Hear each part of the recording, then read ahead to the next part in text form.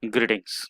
In last lecture, we have discussed about strain energy stored in a deformable bodies, especially in reference to the axial load and bending moment. Let us have a numerical based on that. The statement of numerical is find the deflection of the free end of a cantilever carrying a load at the free ends using strain energy concept. He has given us a assembly, a member AB, which is having one end fixed and second end as a free end of a length L. At the free end, a load P kilonewton is going to act. It is asked to us to find out what will be the maximum deflection which the end B will observe due to the application of this load at end B. Okay, since A is fixed end, that's why there will be no displacement at A and A. Only displacement will be B with reference to the end B. Let us move towards the solution. So can we say the profile of deflection will be such and the maximum displacement trace be dou here. Okay, we are interested to know what is the value of dou. Okay, for that let us consider a section X at a distance X meter from the end B, and I am going to find out the moment at this section. So the moment at this section with reference to point B will be P into X. Okay, since section is towards left hand side, the sign convention will get changed here.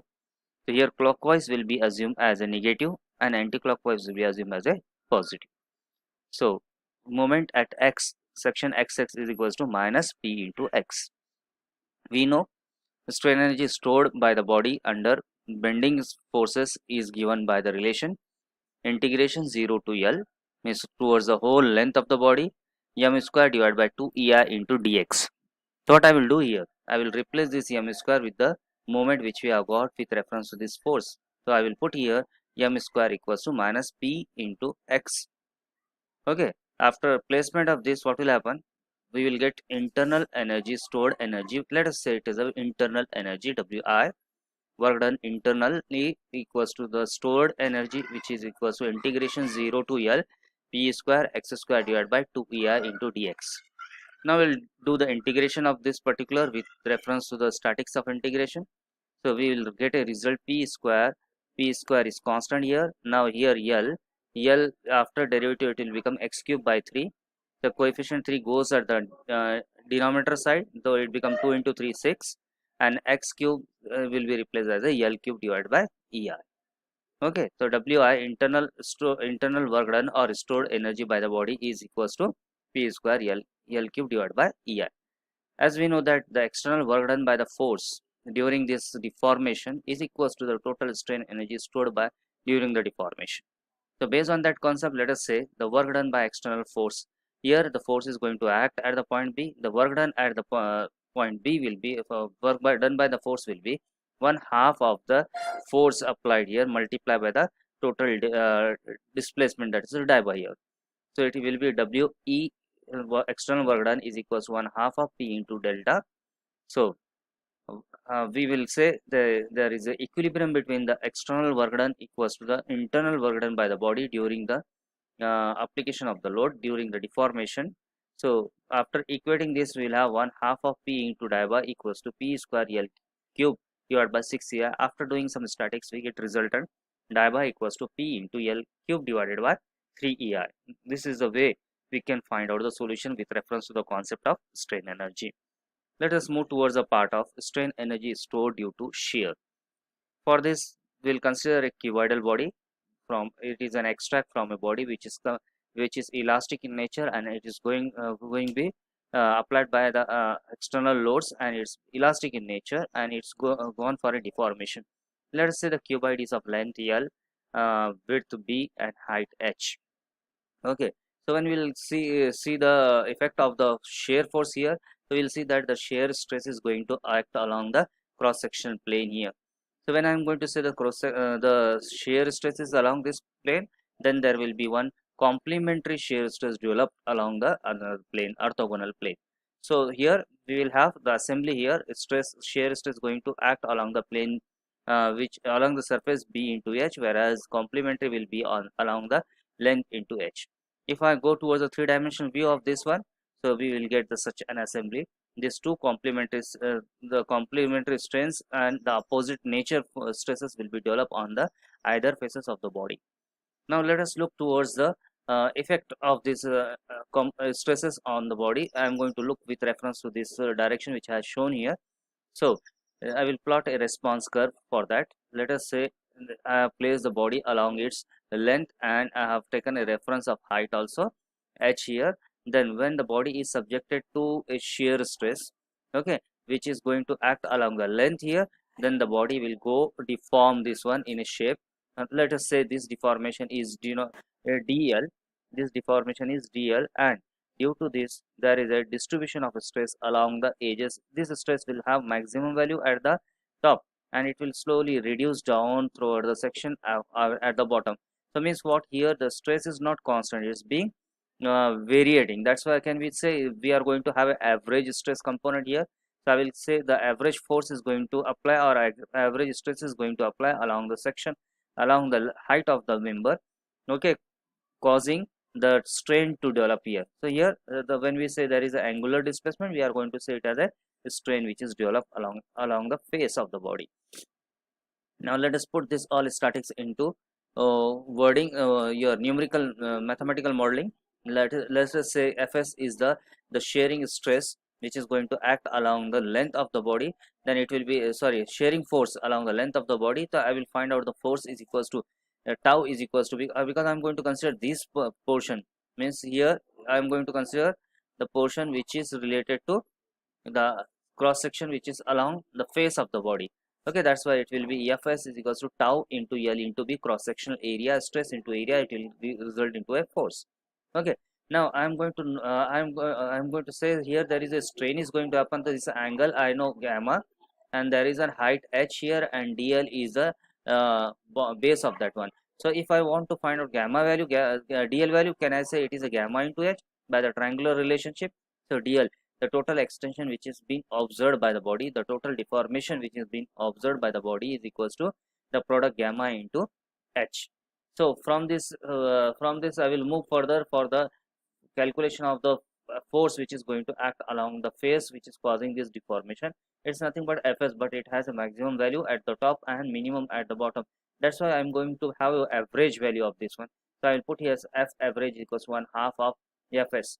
Now as we know that strain is nothing but 1/2 of Fs stress multiplied by the strain. Okay, so stress multiplied by the deformation here. Okay, the 1/2 of Fs into deformation dl, this will lead towards the calculation of a strain which is stored in a body during the shearing deformation. Now let us move towards the calculation part. I will substitute these values, individual values in the equation. So half of Fs is nothing but tau L into B, whereas dl is nothing but gamma into h. Okay, now we will get a relation U is equals 1/2 of tau into gamma into B, which we say half of gamma into tau into gamma into V. V is the volume, L, B, H. These three components come into. That's why so as we know from Hooke's law, we have a relation E is equals to sigma by epsilon and gamma is equals to tau by G. I will place this one relationship in the basic equation, 1/2 of tau into gamma into volume.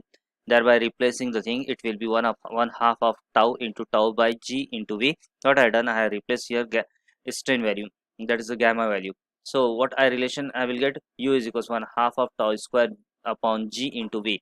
This we can say it is a this one is the equation which will say about the strain energy stored in a body during the shearing force or during the action of shear. Now let us work on the strain energy stored due to torsion. Okay, for that let us say the shaft is subjected to equal and opposite torque on the faces. Then due to this torque, what will happen, there will be deformation along the cross section which will run along the radial direction. So if I see the variation of the shear stress, this will be from it will be increasing from the centroid to the face of the cross sectional part of the shaft. Here if I say they are going to be moved on a radial direction, okay, incremental in with reference to increment in the radius, then we will have the variation from 0 to the maximum at the edge. Let us say the maximum is about tau max. Then from the relation with reference to deflection, we have torque by J equals to tau by R. R is nothing but radial distance. We will replace this with tau max by R because I am going to consider the outer face. When we come out of the shaft edge, it will have the maximum value. So tau max by R is equals to G theta by L, where J is nothing but integration of R square into dA. This one is a polar moment of inertia, which will depends upon the radial direction and the location of the area.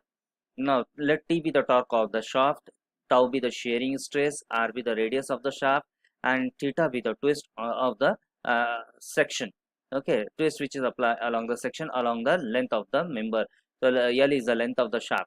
Now I want to put this statics in terms of tau. We know that tau can be rewritten as a T, capital T, which is nothing but torque here. R is the radial distance we have, and divided by J. Now I know the equation related to the sharing strain energy stored in shearing. So it will be U equals 1/2 of tau square G up into dV. So I will replace this tau with reference to the mathematical relation which we have drawn from the basic equation. Before that, let's try to extend this volume. Can I replace this volume with a certain static? For that, let us consider a elemental area located at a position here. So this elemental area, this one, wherever I will consider along the cross section, it will have the same effect of this torque which is placed on a cross section area. That's why let us say this is a representative area, and I can have the location of this one along the length of the member. I will consider it as a strip running over the length. Okay, so that's why the volume dV, the smaller volume, will be equals to dA into L. So here the cross section which is under consideration will have a volume which equals to dA into L. So what I will do, I will put all this relationship into the equation. U equals to 1/2 of T square R square divided by J square into G into dV. Okay, so what I have done here, I have replaced the tau value here with reference to the relation here which we have defined. Later on, what I will do, I will replace the value of dV in the equation. I have to integrate this because I am going to run this throughout the shaft length. That's why integration, I will say here 0 to L. If I put here the limits here, it will be 0 to L. 1/2 of T square R square divided by J square into G into dA into L. I will rewrite this equation in a rearranged format. It will be 1/2 of T square L divided by J square into G integration R square dA. Now we know that the integration R square dA is nothing but the polar moment of inertia here. So I will replace this polar moment of inertia. I will put here the J value. So what will happen? 1 power of J will get cancelled, and what we have 1/2 T square L divided by J into G. All this constant will come outside, and this product will define what amount of energy is being stored by the body under the torsional effect. Okay, with this I will stop the lecture here. We'll continue with the basic principles related to structure analysis in upcoming lectures. Till then, stay at home, be safe and healthy. Thank you.